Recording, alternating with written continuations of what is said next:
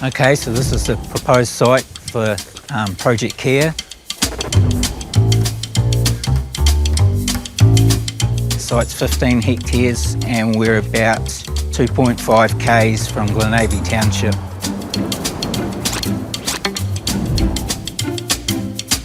Well, I saw this technology operating in the Northern Hemisphere when I was doing my OE, and that's probably 30 odd years ago.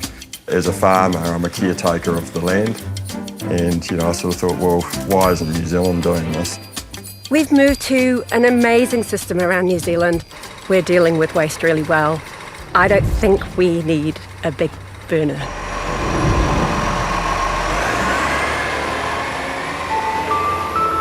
Waste to energy is about the conversion of non-recyclable materials into various practical forms of energy. And we're using materials that would otherwise be destined for landfilling.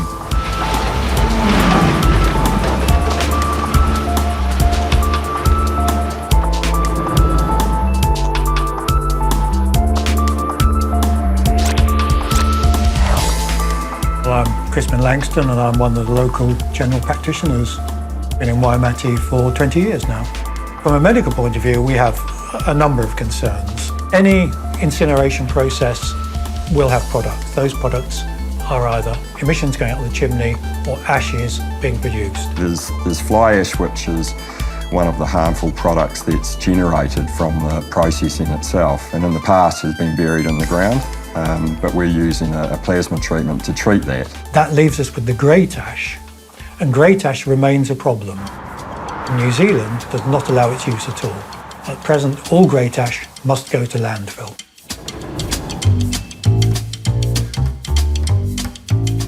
Even to landfill the bottom ash overseas, in some countries, it's a requirement that it's washed first because it's a leachate problem, the toxins that exist in the ash. There is no doubt that in terms of absolute risk, that this plant raises the stakes. In South London, the Edmonton plant, around it, there are an increased incidence of cancers and birth defects, and these have all been attributed to the plant. Many of the situations that people refer to are referring to older technologies. Dioxins were a major issue.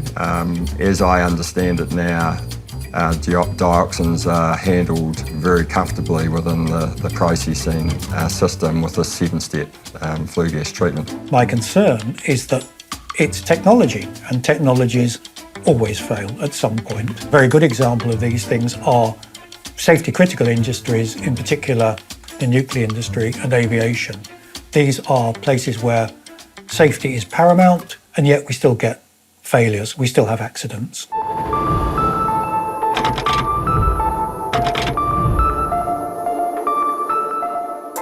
Oh, the Kea project, that is just so insulting to a native bird. Family has been here since the 1300s. The plant comes here, the fallout from the air, the smell, the noise, the humming. It's not good for our environment. It's not good for the next generations. We don't need any more pollutants.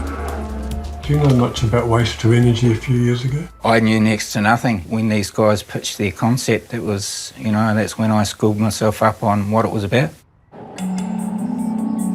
For a start, why Waimate? I mean, they want to truck the waste from all around the South Island, they say, but mostly from Christchurch, bring it here, incinerate it, and then truck the residue ash away again. There's going to be 134 heavy truck and trailer movements per day.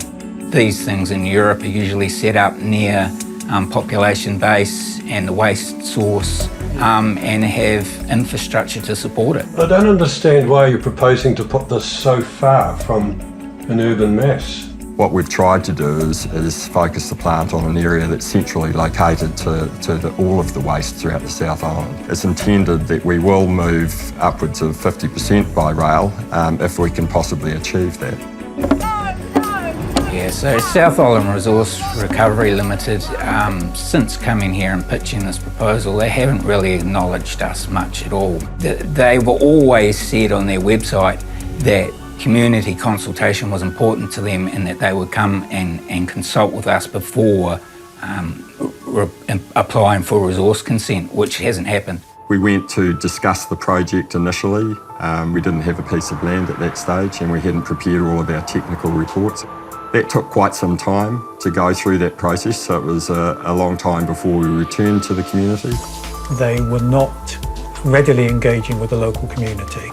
The local doctors, 5 of us, got together, made an open letter to the local paper, and consequently SIRRL then invited us to speak with them. We had 6 community meetings, met with the opposition group. We've had meetings with the doctors. The community would say that it was a bit disingenuous saying you had 6 meetings because you broke a group up into 6 and called it 6 meetings.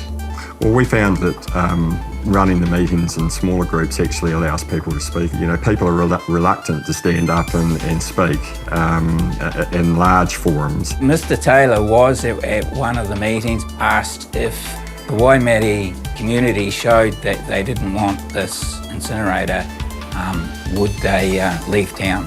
And his response was, they'll get to like it. The question is, do we have a waste crisis? And I think, no, we don't in New Zealand. There are countries that have a true waste crisis, countries where they have to send their waste offshore to be disposed of, but that's not the case here. Kia ora, I'm Neti. I'm a sustainability consultant and I specialise in waste. Finally, councils have got it. They're understanding how to help people at home to separate waste, getting the valuable materials back into the system. We do need to make change in terms of what we're all buying, consuming and throwing away. But we are. It's changing. It's happening. I've been working in the space for years and I can see that it is changing now. Whilst the percentage of residual waste we expect to reduce over time through all of these great measures around waste minimisation and recycling efforts, which we all should be doing better on, there will always be residual waste, albeit in smaller volumes. So I think the issue is really around what do we do with that residual waste.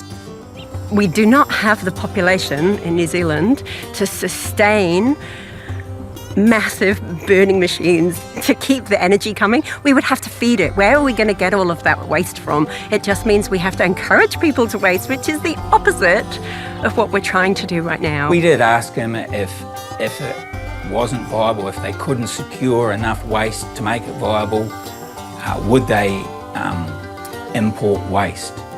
Our research suggests that there's more than enough waste in the South Island for one of these plants as a minimum. Is there any consideration for you to import waste? No. You'd count that out? Count that out.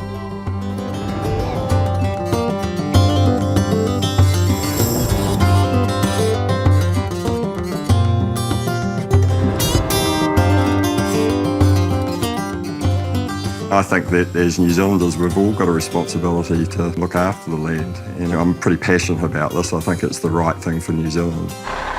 We're already making the effort to change, to make a change, and I think we just need to keep doing that. We need to be tackling this at the source, designing waste out of our lives, not creating another market for it.